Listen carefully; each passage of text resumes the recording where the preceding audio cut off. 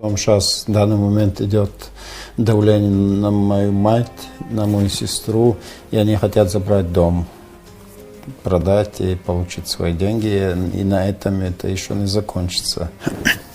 Я не знаю, что думать вообще. Я в последнее время не могу нормально думать ни о чем. Если вот взять, вот на моем примере, если кто-то хочет помочь как-то, я думаю, другие люди не пойдут на это. Я хотел бы в первую очередь обвинить австрийских властей за бездействие. В первую очередь. Потому что они мне дали убежище,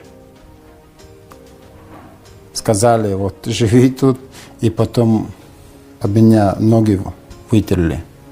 Вот в первую очередь и из-за их бездействия, если что-то произойдет со мной, вот я возлагаю эту вину в первую очередь на них.